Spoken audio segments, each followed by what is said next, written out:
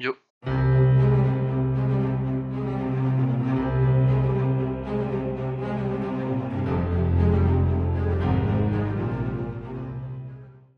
Bonjour à tous, désolé si je une voix un petit peu blasée, même cassée, vous allez comprendre pourquoi.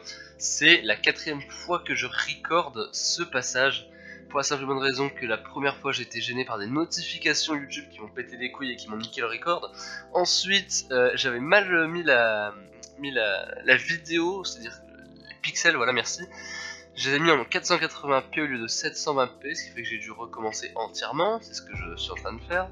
Et troisième fois, j'ai ma voix qui m'a lâché en plein milieu. C'est donc la 4ème fois que je recorde, donc forcément là mes propos ils sont un peu moins enjoués, j'ai un petit peu la flemme. Mais c'est pas grave, donc on va attaquer cette team de Koga qui est donc celle du champion de type poison de la première génération. Comme vous le voyez, c'est une team un petit peu plus, enfin pas difficile à jouer techniquement, mais un petit peu plus hétérogène, puisqu'on se retrouve avec des Pokémon pas dégueulasses comme Muk, comme Crobat, qui sont en UU, mais aussi comme des Pokémon comme Skuntank, comme Swalot, qui sont PU et qui sont beaucoup plus difficiles à jouer. Et comme on peut le voir, Skuntank qui d'habitude est très bien dans son tir, je crois qu'il est en tir PU donc on est d'accord, mais il est extrêmement bien dans son tir, il me semble qu'il est bien classé au niveau des usages. Là évidemment j'utilisais un Overused, donc je voulais pas utiliser un set Defog classico, ça me faisait un petit peu chier, je voulais tenter quelque chose de nouveau. Et j'ai tenté un set avec Focus Energy, ne me demandez pas pourquoi, j'étais complètement torché je pense quand j'ai fait ça. Mais voilà, je fais un set Focus Energy pour essayer de crit un maximum avec Night Slash et Shadow Claw. On a également le Poison Jab évidemment pour avoir le stab, et la Citrus Berry pour faire un maximum de dégâts. Ce set est complètement tiré par les cheveux, je pense qu'on est d'accord. Mais j'ai tenté quand même, vous allez voir que c'était extrêmement de la merde, je m'en doutais un petit peu, mais bon, je voulais vraiment faire cet essai. Ensuite on a Crobat qui par contre lui est totalement classique, c'est le set d'Underuse qui fonctionne le mieux, avec Brave Bird, Cross Poison, la Life Orb, la Leech Life et le U-Turn pour le momentum évidemment, il n'y a rien à détailler sur ce set, je pense qu'il est suffisamment connu. Ensuite par contre on passe à Swalot qui lui est un Pokémon de PU donc, et que j'ai joué avec Curse pour essayer de faire un petit placement.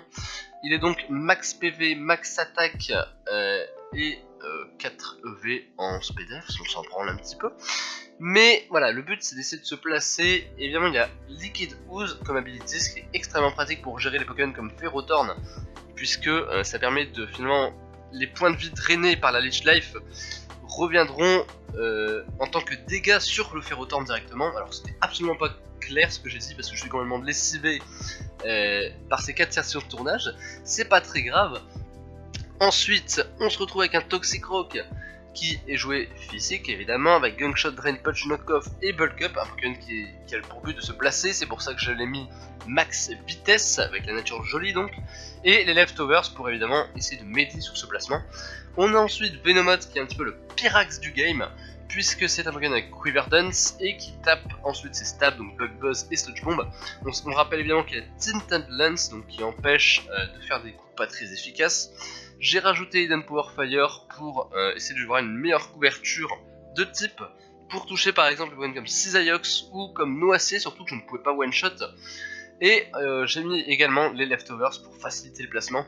Et enfin, le Pokémon que je préfère dans cette team, qui était le plus drôle à jouer, c'est mon tank spécial Muk, qui était, comme vous le voyez, prédestiné à toucher Itran, puisque je le joue Z-Dig, qui va de largement one-shot Itran, et de très bien tanker ses attaques.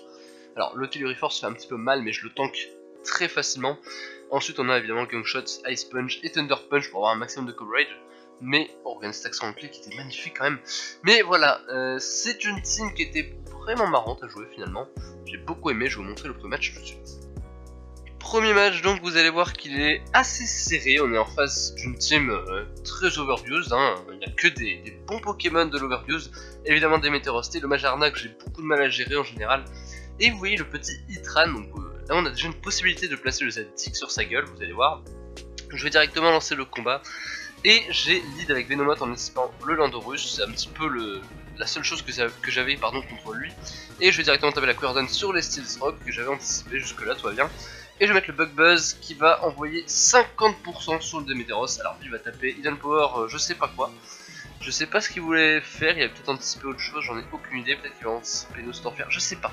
Il va envoyer son Itran en tout cas, et finalement je vais préférer Cougar Dance à nouveau pour essayer de tanker le Magma Storm, et taper l'attaque la plus puissante possible. Je sais très bien que ça sert à rien d'essayer de revenir, de toute façon ça fera rien. Et finalement je vais quand même mettre un bon 40% avec le crit, ce qui est toujours bon à gratter, mais je vais directement envoyer mon muck et il ne va pas du tout se douter de ce qu'il attend. Et je vais pouvoir placer mon Z-Zig. Vous voyez que que le Earth Power je le tank ultra bien, 44%, c'est extrêmement correct. Il va envoyer son Latios, alors par contre il révèle qu'il a Psyshock plutôt que Psychic, ce qui m'embête un petit peu. Je vais mettre mon Skun Tank sur son Psyshock, donc là j'ai pas ultra compris. Je vais directement taper le Night Slash, et là il va faire le Draco Meteor qui va me one shot évidemment. Mais je sais pas pourquoi il a fait Psyshock, il a peut-être anticipé un switch, mais hors de question que je double switch comme ça. Je vais mettre mon Swalot sur le Psyshock, de toute façon il meurt par la Life Orb, donc j'allais directement taper le Curse, ça c'était plutôt évident. Et ensuite il va pouvoir envoyer son Grey Ninja qui va taper un Dark Pulse qui va me tuer malheureusement. Je vais tenter de toute manière de placer ça. Et il va évidemment Battle Band, ce qui m'emmerde un petit peu. Il va remettre un Dark Pulse sur mon Drain Punch. Je vais pouvoir one shot le Amphinobi et me plutôt bien. Là il a un petit peu fait de la merde. Sauf que là il y a le Lopunny qui arrive. Et Lopunny il fait des gros dégâts. Il va mettre le Jump Kick à 55%. Et moi je vais mettre un Drain Punch critique qui va le tuer. Alors je sais pas si ça joue, mais de toute manière vous allez voir que je ne vais pas gagner puisque le Majarnak je ne peux absolument pas passer. Alors je vais mettre le Drain Punch, il va rater son Floor Cannon, mais ça suffira pas puisque de toute façon il me one shot. Et là il va tomber à -1 en attaque SP, il est à moitié de sa vie sauf que combat, il a rien pour toucher le Majarnak. Finalement je vais taper le Leech Life pour essayer de gratter des choses, je sais pas, je tente des choses. Mais de toute manière voilà, il peut me défoncer au Volt Switch. Et je vais tenter un Brave Bird et finalement vous allez voir que ça va peut-être plus passer si j'avais tapé Brave Bird dès le début. Je sais pas, non je pense que je serais mort avec le recul. Donc pas trop de regrets. Mais voilà, vous voyez que cette team s'est plutôt pas mal débrouillée. Alors en face ça jouait très mal, je l'admets totalement. Mais voilà, c'est pour montrer le potentiel de cette team face à des Pokémon overused. On passe directement au second match. Deuxième match contre une team qui fait plus penser à de l'underuse qu'à de l'overuse, mais c'est pas grave, il y a quand même le Scalproie, il y a Megaltariel, il est en underuse, donc finalement c'est quasi une underused, mais voilà, ce match je voulais quand même le garder parce qu'il était vraiment pas dégueu. Je vais lancer directement. J'avais lead mon muck sur le Jolteon, ce que j'attendais un petit peu pour être honnête, je me doutais qu'il n'y avait que ça en lead, et il y avait éventuellement le Lagron, et moi par contre je vais pas anticiper le Bisharp, lui il va mettre le knock-off sur mon Z-move et je vais pouvoir kill le Bisharp directement. Bah, ça il s'y attendait pas pour le coup. Il va mettre son Swampert, je vais directement faire le Crobat pour éviter le Earthquake. Il va mettre son Jolteon sur mon U-turn, voilà, je voulais garder le momentum absolument. Je vais renvoyer mon Mac puisque je sais que je ne crains pas de mourir. Et je vais taper Ice Punch parce que j'avais anticipé, je sais plus ce que j'avais anticipé, soit le Florizard ou soit le Altaria. Mais je pensais pas que le Jolteon allait rester, je pensais qu'il allait taper un Volt Switch. C'est pas grave, je vais perdre bêtement mon Muck. Il va envoyer son Swampert sur mon Swalot et moi je vais mettre la Seed Bomb directement qui va le mettre à 11%. Il va régénérer un petit peu de vie avec la Citrus. Et il va envoyer son Venusaur sur mon Curse, voilà, je vais un petit peu le Switch ou des pièges de rock. Finalement il a Switch donc ça m'arrange parfaitement. Il va mettre Mega Venusaur, non c'est vrai que c'était Mega Venusaur dans cette game, excusez-moi. Bref, je vais taper le Gungshot à +1 et regardez les dégâts de Gungshot, il va mettre 60%, alors je vais rater le deuxième Gungshot. Et du coup je prends 9% en plus, c'est pas très grave. Mais voilà, Swalot qui a fait largement le taf, 60% à +1 sur un Venusaur, c'est vraiment pas dégueulasse. Il va envoyer son Jolteon pour me terminer avec Thunderbolt. Je vais pouvoir mettre le Venomoth et essayer de me placer. C'est exactement ce que je vais faire, je vais mettre la Couleur Dance. Et je n'ai plus qu'à taper, évidemment, c'est pas très dur. Je dis beaucoup, évidemment, j'ai l'impression. Je vais tuer le Swampert et il va envoyer son Jolteon. Je vais taper la Sludge Bomb qui va le mettre à 3% malheureusement, mais je tank très largement la Thunderbolt. Et je vais pouvoir terminer le Jolteon, encore une fois avec la Sludge Bomb. Il va envoyer son Altaria qui ne peut pas faire grand chose au niveau de la speed. Il va être obligé d'attendre que je tape. Et regardez, voilà, Ice Beam ne fait quasiment rien. Avec les leftovers, je régénère facilement. Et il va forfeit. Alors ce match je l'ai gardé même s'il a forfeit, mais vous voyez clairement que je gagnais, il n'y a pas de il n'y a pas de mystère. Je pouvais tuer le Altaria sur ce tour, ensuite qu'on appelle le signe Brass venait, je lui mettais une seule bombe, il est arrivé à peu près à la moitié de sa vie et j'ai plus qu'à finir avec Most en fer. Donc ce match était gagné quoi qu'il arrive, tout va très bien. On peut passer au dernier match. Dernier match contre une team un petit peu marrante, il y a un peu de tout là-dedans, mais c'est vraiment une bonne team finalement. Et j'ai décidé de la garder parce que tout le match était vraiment intéressant. Je vous le lance directement comme d'habitude, j'avais lead avec mon Venomoth, sauf que là je vais voir arriver le Staraptor, ce qui est pas vraiment mon délire, je suis obligé de switch sur le Skuntank. Il va révéler le Aerial Ace, donc visiblement, voilà, Heatwave. Donc visiblement il était mixte. Et je vais mettre directement le focus énergie pour envoyer les crits, un Night Slash critical, et ça met un 61%, ce qui est vraiment pas dégueu. Et je vais pouvoir le terminer avec un Night Slash critique encore une fois, ça garantit critique sur Night Slash, pardon. Il va envoyer son Galvantula Electro Ball, donc ça est très rapide, à coup sûr max speed. Sauf que je dépasse quoi qu'il arrive avec Crobats et le Brave Bird, il va laisser mourir son Galvantula, pardon, et il va mettre le Gengar. Je vais taper le U-turn pour être sûr de ne pas perdre le Crobats, ça me fait un peu chier, je vais mettre le Mug directement pour tanker.